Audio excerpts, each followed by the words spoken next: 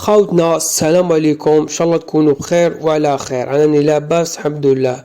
خوتي، رسميا الندوة الصحفية للناخب الوطني جمال بلماضي ستكون يوم الأحد 13 نوفمبر، لتخص المباراة مالي يوم 16 نوفمبر في ملعب وهران. وكذلك يتكلم عن القائمة اللي راح تخرج إن شاء الله كما عودنا جمال بالماضي. راح تخرج قائمة هذا التربص واللي تشارك في مباراتين، مباراة مالي ومباراة سويد، يوم الجمعة أو يوم السبت كما عودنا جمال بالماضي. وانتم خوتي اكتبوا لي في التعليقات توقعاتكم إذا تكون القائمة بالجمعة أو بالسبت.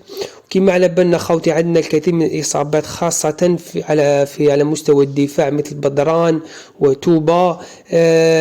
من يوجد ومن مؤكد وجوده في القائمة توغاي وعيسى ماندي. أما بالعمري غائب عن المنافسة لمدة شهرين، لن يكون حاضر، لن يستدعى من قبل جمال بالماضي.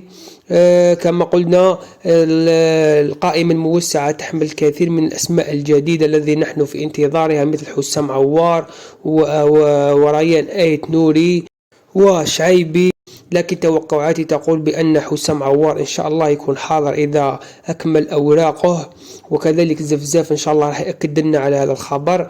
لكن رأيت آيت نوري بنسبة كبيرة سيغيب عن هذه القائمة لتربص نوفمبر لمباراة مالي يوم 16 نوفمبر. وانتم كذلك اعطونا توقعاتكم إذا حيكون حاضر في التعليق، إذا حيكون حاضر آيت نوري وعوار أو لا خوتي. ولا تنسوا تدعيم هذه القناة والضغط على زر الإعجاب والاشتراك خوتي اللي ماهوش مشترك، وتفعيل الجرس ليصلكم الجديد إن شاء الله. ولا تنسوا إخوتي هذه القناة هي ذات مصادر رسمية وأخبار رسمية إن شاء الله.